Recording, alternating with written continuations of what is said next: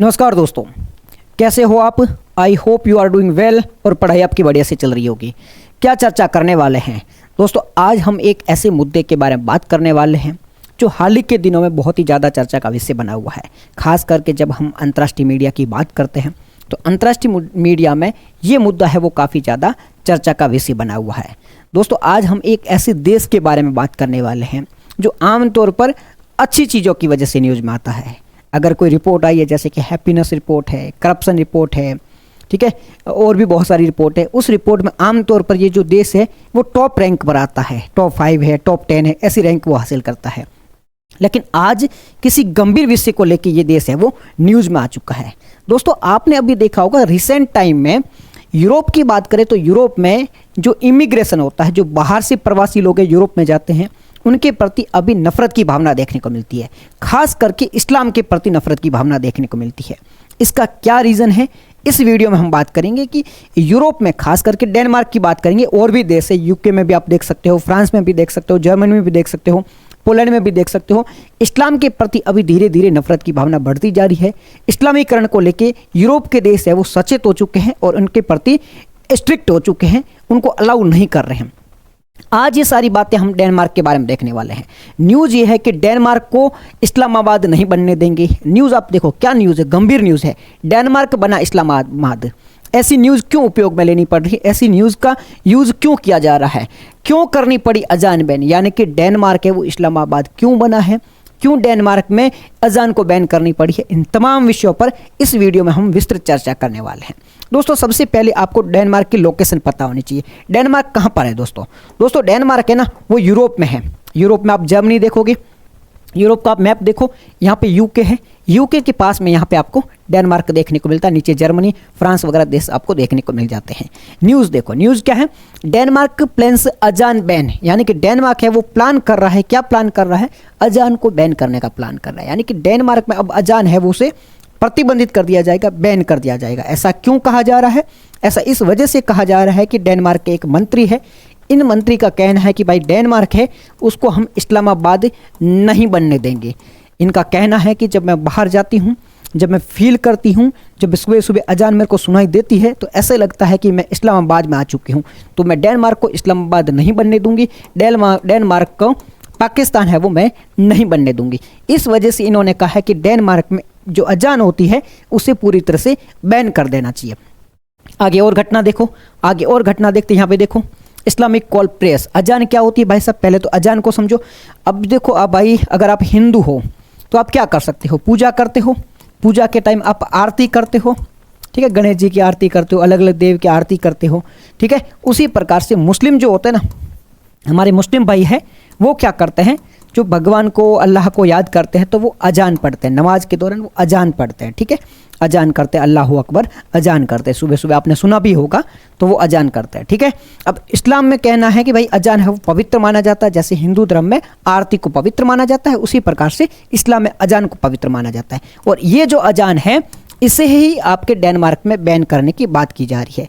आपने हमारे इंडिया में भी देखा होगा, समय समय पर इसको है वो, ये जो है वो मुद्दा बनता रहता है। कई सरकार है, कई मंत्री है वो कमेंट करते भाई अजान है वो बैन करो, अजान की वजह से मैं डिस्टर्ब हो रहा हूँ। आपने समय समय पर ये वो टिप्पणियाँ वगैरह सुनी होगी।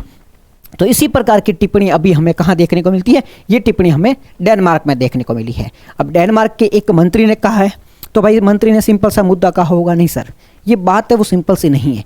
मंत्री ने जो टिप्पणी की है ना, इसका सपोर्ट है वो डेनमार्क के प्रधानमंत्री के द्वारा भी किया गया। डेनमार्क के प्रधानमंत्री ने भी सपोर्ट किया, बिल्कुल अजान को पूरी तरह से प्रतिबंधित करना चाहिए। तो आप ये मुद्दा देखो, अजान लाउड स्पीकर विवाद, ये एक विवाद था। इसकी जानकारी, मामला क्या है, लाउड स्पीकर अजान डेनमार्क की संस्कृति से मेल नहीं खाती है। डेनमार्क एक डेमोक्रेटिक यानी कि लोकतांत्रिक देश है, यहाँ पर सभी धर्म है उनका सम्मान किया जाता है, सभी धर्म फ्रीली रहो। लेकिन यूरोप में जो लोकतांत्रिक एक कॉन्सेप्ट है, लोकतंत्र में आप देख सकते हो धर्मनिरपेक्षता, तो यूरोप की धर्मनिरपेक्षता ये कहती है कि भाई साहब आप है ना अपने धर्म को पब्लिक प्लेस पे मत दिखाओ।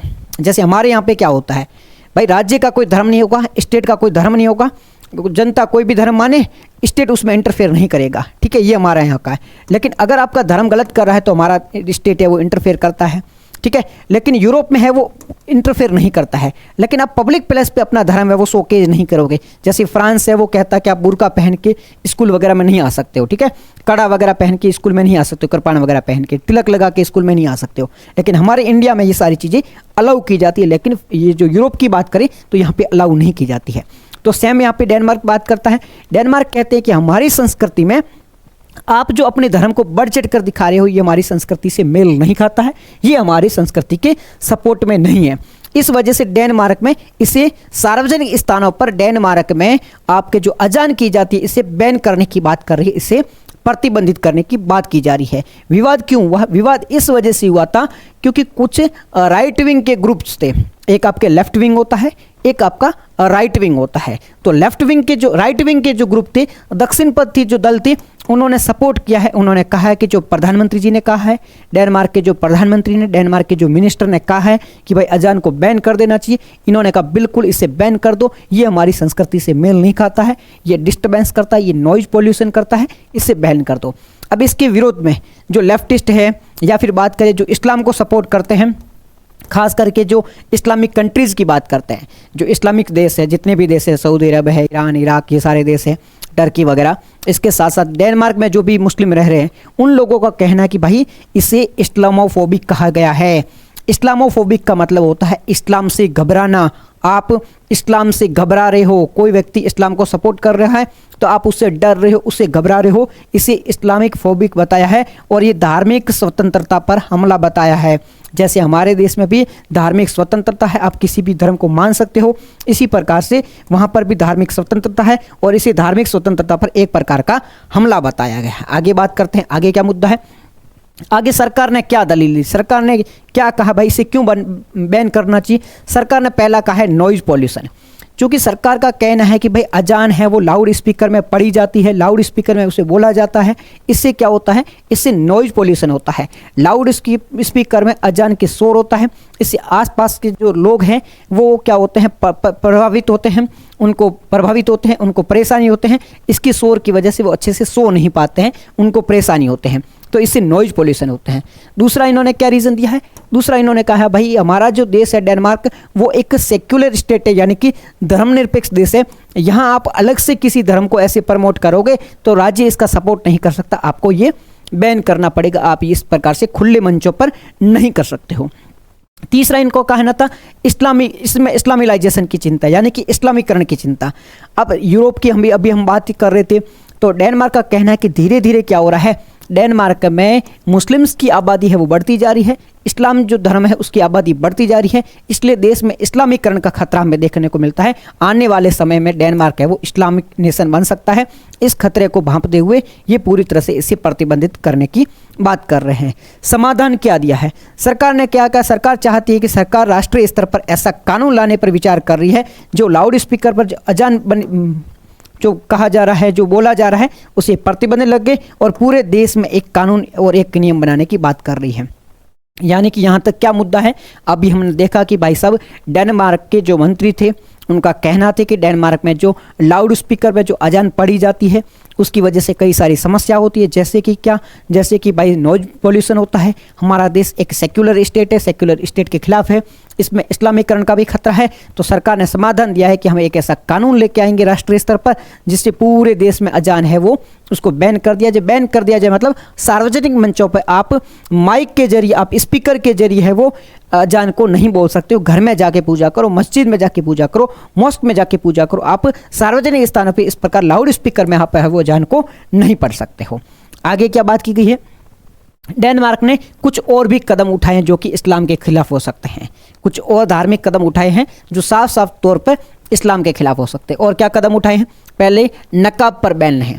जैसे आपने सुना होगा हमारे यहाँ पे भी ये मुद्दा उठा था एक बार कर्नाटक में कि वहाँ पे नकाब यानी कि हिजाब पर बैन लगाने की बात कीजिए, आप ये बुर्का पहन के नहीं आओगे, उस पर बैन लगाने की बात की गई थी। तो उसी प्रकार से डेनमार्क में ये जो नकाब पहना जाता है जिसमें चेहरा पूरी तरह से ढक दिया जाता है, डेनमार्क ने इसे प्रतिबंधित कर दिया है कि आप ऐसे चेहरा ढक नहीं सकते हो, यानी कि नकाब और बुर्का है वो आप नहीं पहन सकते हो। ये गलत है, सरकार इससे सहमत नहीं थी।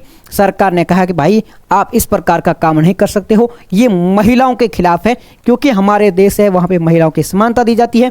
इसलिए सुरक्षा, सामाजिक एकीकरण और महिला समानता का हवाला देते हुए सरकार ने इसे प्रतिबंधित कर दिया है। सरकार ने कहा कि महिलाओं के पास में भी हक है, महिलाओं के पास समानता है, इसलिए अगर आप महिलाओं को बुर्के में रख रहे हो, यानी कि महिलाओं को बाहर निकलने की आज़ादी नहीं है, उनकी स्वतंत्रता का हनन हो रहा है, इसलिए ये बुर्का है वो बैन कर देना चाहिए। तो डेनमार्क में है वो बुर्का पे, नकाब पर क्या है वो प्रतिबंध लगा दिया गया है। आगे बात करते हैं कोपेनहेगन की ग्रैंड मॉस्क के बारे में। अब कोपेनहेगन क्या है? डेनमार्क की कैपिटल है। डेनमार्क की राजधानी कहाँ पर है? कोपेनहेगन। यहाँ पे एक मॉस्क है, एक बहुत बड़ी मस्जिद है, ये काफ़ी प्रसिद्ध मस्जिद है। प्रसिद्धि की बात करें तो बड़े बड़े देशों से अलग अलग लोग हैं वो यहाँ पे घूमने जाते हैं। बहुत प्रसिद्ध मॉस्क मानी जाती है। यहाँ पर कई सारे नियम लगाए गए हैं, कई सारे नियम बनाए गए हैं, और यहाँ तक कि अजान भी, कौन से समय अजान पढ़ी जाएगी तो एक टाइम फिक्स कर दिया है। इसको लेके बहुत ज़्यादा कंट्रोवर्सी भी हुई थी, सामाजिक माहौल ख़राब हो गया था, वहाँ पर धार्मिक स्तर पर माहौल ख़राब हो गया था। एक बहुत बड़ी कंट्रोवर्सी देखने को मिली थी कि इतनी बड़ी मॉस्क है, इतनी फेमस मॉस्क है, वहाँ पर भी आपने एक नियम बना रखे कि इस टाइम क्या करना चाहिए, इस प्रकार के नियम है वो नहीं चलेगी। इसको लेके वहाँ पर विरोध प्रदर्शन भी हुए थे। वर्तमान की स्थिति करें, वर्तमान में पूरे देश में अजान में प्रतिबंध नहीं है। अगर आप पूरे डेनमार्क की बात करोगे तो पूरे डेनमार्क में अजान पर प्रतिबंध नहीं है। कुछ गिने चुने स्थान है, जो कुछ फेमस सिटीज़ या कोई बड़ी बड़ी शहर है, वहाँ पर प्रतिबंध लगाए गए हैं। कुछ नगर पालिका है, वहाँ पर अजान पर प्रतिबंध लगाए गए हैं। वो भी लाउड स्पीकर में आप अजान को नहीं पढ़ सकते हो। घरों में जाके सामान्य स्तर पर पढ़ो, मस्जिद में पढ़ो, उससे कोई रोक नहीं है। प्रेयर रूम पर रोक है।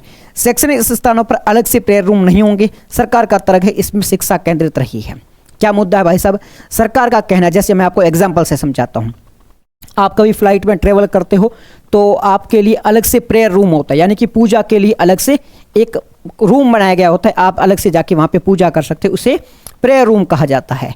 तो वहाँ पे डेनमार्क में भी ऐसा कॉन्सेप्ट था कि भाई साहब स्कूलों में, ये स्कूल है तो अलग से एक प्रेयर का रूम होगा। तो डेनमार्क में कहा गया है कि भाई इस प्रकार से अलग से कोई प्रेयर रूम नहीं होगा, आपको सामूहिक रूप से पूजा करनी होगी। आप अलग जाके किसी रूम में प्रेयर करो, ये हमें मंजूर नहीं है। तो क्यों मंजूर नहीं है? तो डेनमार्क गवर्नमेंट का कहना है कि भाई इससे क्या होता है, छात्रों में है वो अलग, मतलब एकीकरण की भावना नहीं आती है। छात्र है वो शिक्षा से विचेतित हो जाते हैं, उनमें अलगाव की भावना आती है। एकता की जो भावना, यूनिटी की भावना है वो केंद्रित नहीं हो पाती। इस वजह से भाई आप अलग से है वो रूम नहीं मिलेगा, सबको एक साथ बैठ के प्रेयर करनी पड़ेगी। और प्रेयर पे ज़्यादा फोकस से ज़्यादा शिक्षा पर ज़्यादा ध्यान केंद्रित होना चाहिए। बहुत अच्छा कॉन्सेप्ट है ना। ये अलग से प्रेयर रूम होना भी नहीं चाहिए ना। क्यों अलग से प्रेयर रूम होना चाहिए? नहीं होना चाहिए, सब साथ में बैठ के करो, कौन मना कर रहा है आपको? ठीक है सर। नेक्स्ट बात करते हैं डेनमार्क के प्रधानमंत्री का दृष्टिकोण। डेनमार्क के प्रधानमंत्री ने कहा है कि लोकतंत्र है वो सर्वोपरि है, लोकतंत्र से बढ़कर कुछ भी नहीं होना चाहिए। राज्य व्यवस्था पर आधारित धर्म की परंपरा हावी नहीं होनी चाहिए। डेनमार्क के प्रधानमंत्री ने कहा है कि लोकतंत्र है वो सर्वोपरि है, लोकतंत्र में कोई भी धर्म ऊपर नीचे नहीं होने चाहिए। हमारा देश एक धार्मिक रूप से सहिष्णु देश है, हमारे देश में सभी धर्मों का सम्मान किया जाता है। तो आप है वो अलग से कोई परंपरा, अलग से कोई नीति नहीं अपनाओगे। महिला हो, पुरुष हो, सबके सामने समानता होनी चाहिए, सबके साथ में समानता होनी चाहिए। तो आप इस प्रकार की बातें नहीं कर सकते हो। तो धर्म है वो कभी हावी नहीं होना चाहिए, धर्म कभी बढ़ावा नहीं मिलना चाहिए। धर्म बाद में है, पहले है वो ह्यूमैनिटी है, यानी कि इंसान को पहले तवज्जो दिया जाएगा, धर्म को बाद में तवज्जो दिया जाएगा। ये डेनमार्क के प्रधानमंत्री का मानना है। इस वजह से महिलाओं को जो बुर्का पहनाया जाता है उसे भी प्रतिबंध लगाया जाता है। अजान पर भी प्रतिबंध की बात चल रही है और इस प्रकार के कानून बनाने की भी बात चल रही है। धार्मिक स्वतंत्रता का प्रश्न, धार्मिक स्वतंत्रता की गारंटी डेनमार्क का संविधान, जैसे भारत की संविधान की बात करते हैं, हमारे संविधान में भी आर्टिकल 25, 26, 27, 28 ये सारे जो आर्टिकल है ये क्या कहते हैं? ये धार्मिक स्वतंत्रता की बात करते हैं कि हमारे देश में रिलीजन के आधार पर फ्रीडम है। कोई भी आदमी है वो रिलीजियसली फ्री है, उसे आप दबा नहीं सकते, उसके धर्म को चेंज नहीं करवा सकते, उसे कन्वर्ट नहीं करवा सकते हो। ये फ्रीडम दी गई है। सेम फ्रीडम है वो डेनमार्क में भी दी गई है।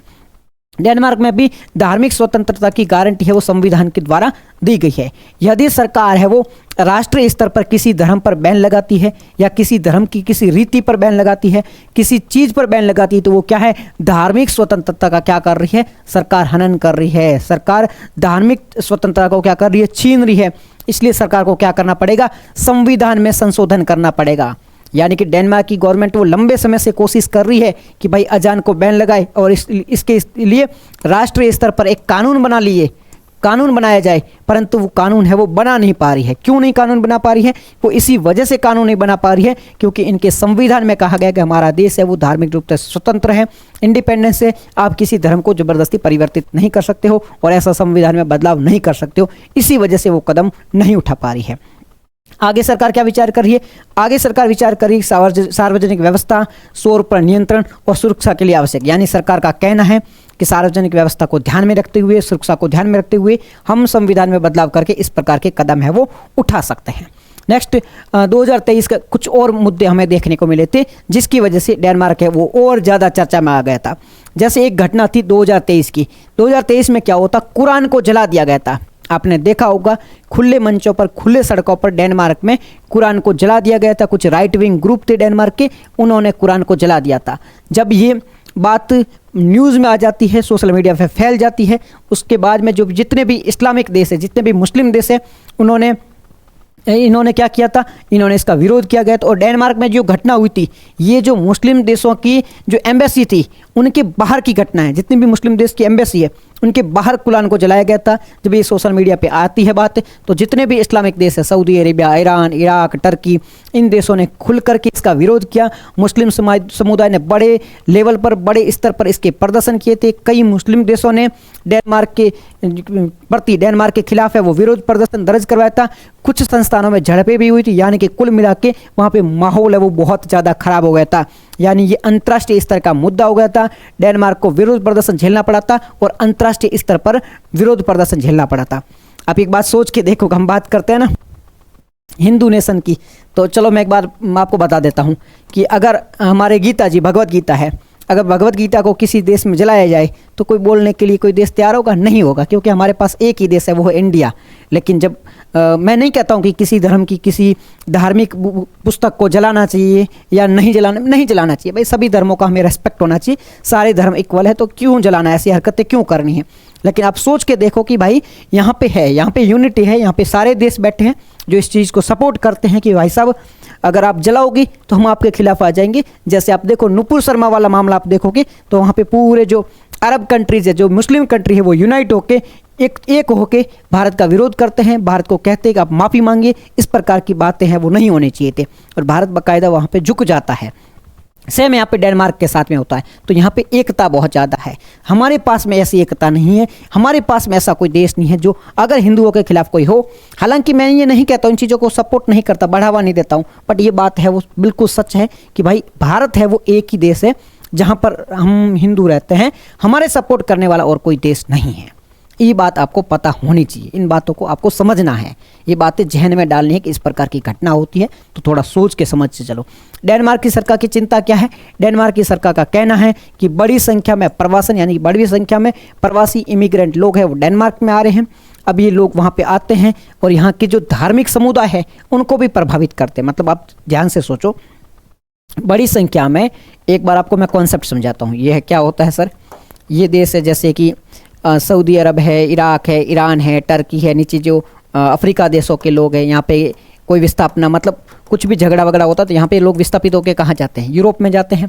यूरोप में अलग अलग, जैसे कि ब्रिटेन है वो इस्लाम का घर बन चुका है, फ्रांस है, जर्मनी है, डेनमार्क है, ये सारे देश है वो इस्लामीकरण के हब बन चुके हैं। यहाँ पे जाके रहते हैं, यहाँ पे जाके रहते हैं तो रहने भी कोई दिक्कत नहीं है। लेकिन ये यहाँ जाके क्या करते हैं? यहाँ जाके भी यहाँ के जो निवासी है, जो स्थानीय है लोग, उनको प्रभावित करते हैं, कन्वर्जन करवाते हैं, झड़पें करते हैं।